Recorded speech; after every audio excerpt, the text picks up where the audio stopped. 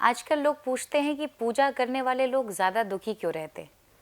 और हर व्यक्ति के मन में स्वाभाविक रूप है, जब हम पूजा करते हैं, हम पाठ करते हैं, तो हम यही चाहते हैं कि अब हमारे जीवन में कभी कोई कठिनाई नहीं आएगी।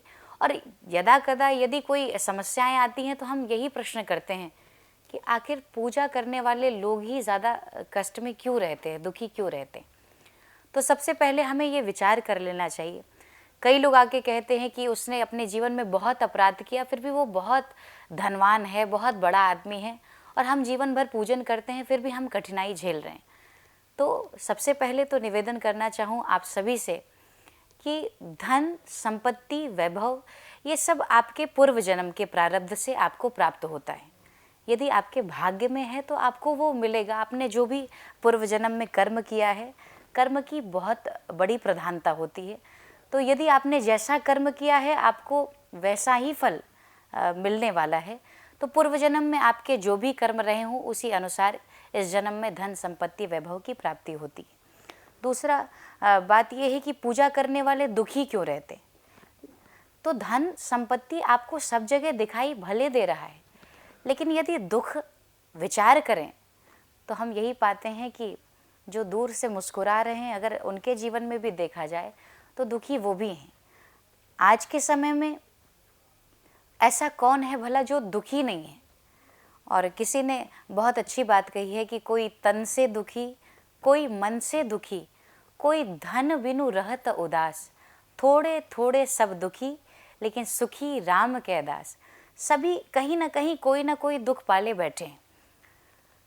पर यदि कोई धार्मिक व्यक्ति को ये लगता है कि हम पूजा कर रहे हैं, हम घंटों बैठ कर के आराधना करते हैं, फिर भी हम कठिनाई क्यों झेल रहे हैं, तो ऐसे व्यक्तियों को ये ध्यान देना चाहिए कि कठिनाई तो जीवन में आएगी ही।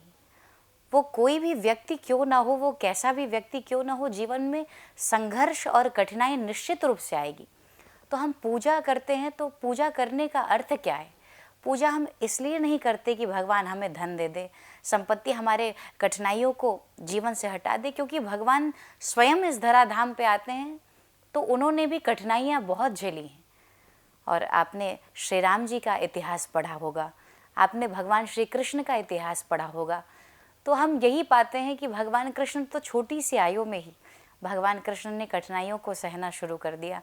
जिस दिन आए उस दिन से ही तकलीफ़ें शुरू हो गई। भगवान श्री राघवेंद्र सरकार वन गए और 14 वर्षों तक उन्होंने वन की यात्रा की और कितनी कठिनाइयाँ झेली हैं अपने जीवन में।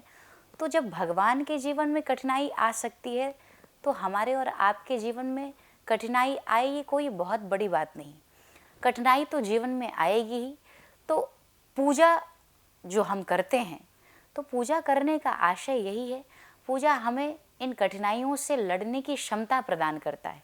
भगवान का जो चरित्र है, भगवान की आराधना है, वो हमें इन सब परिस्थितियों से लड़ने की क्षमता प्रदान करता है कि हमारे जीवन में हमें स्ट्रेंथ मिले, हमें ताकत मिले, इन सब विकट कठिनाइयों से लड़कर के आगे निकलने की क्षमता हमें भगवान प्रदान करें। इसीलिए पूजा होती है। पूजा मानसिक शांति के लिए होती है, आध्यात्मिकता से जुड़ने के लिए होती है, और जीवन में कष्ट आए तो उस कष्ट को भी एक अच्छे ढंग से विचार करके उससे पार जाने के लिए पूजा होती है।